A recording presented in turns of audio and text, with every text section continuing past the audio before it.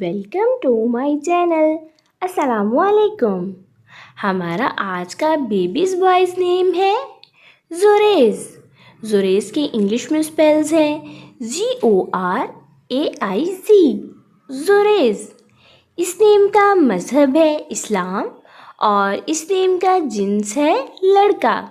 ये एक Islamic name है और लड़कों के लिए रखा जाता है ये नाम। इस नेम के मायने है नूर फैलाने वाला, रोशनी लाने वाला।